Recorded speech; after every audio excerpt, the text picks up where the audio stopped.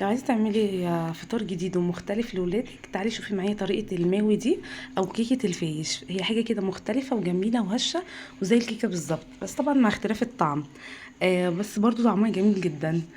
ما يغركمش شكل الصينية، كانوا العيال ملهوفين عايزين ياكلوا قطعوا اكلوا بقى بسرعة فخلوا شكلها غير حضوري.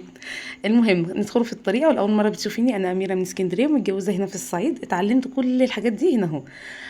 بصوا دي خميرة الفايش، قلنا عبارة عن لبن وشوية قمح مدقوقين مطحونين، ونسيبهم في مكان يخمروا. واول ما يخمروا تاخديهم تعملي بيهم، تحطيهم كده في بولة واسعة وعليهم بيضة. مش عايزة تحطي البيضة مش مهم، بس حطيها يعني زيادة عمل. وشوية سمنة وشوية سكر وشوية ملح وشوية لبن، وتنزلي عليهم بالدقيق على حسب الكمية. لو صينيتك واسعة كتري الكمية، لو الصينية قليلة قللي الكمية.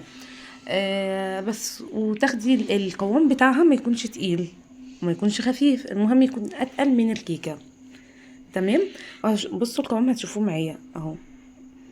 بس وتسيبيها تغطيها وتسيبيها تخمر في اي برضو مكان دافي. وبعد كده تدخليها الفرن وتهدي برضو، ما تهديش قوي ما تعليش قوي، لحد ما تاخد لون من تحت ومن فوق، وطلعيها بالف هنا وشفا. اوعي تنسي الاشتراك في القناه وحياة دينك.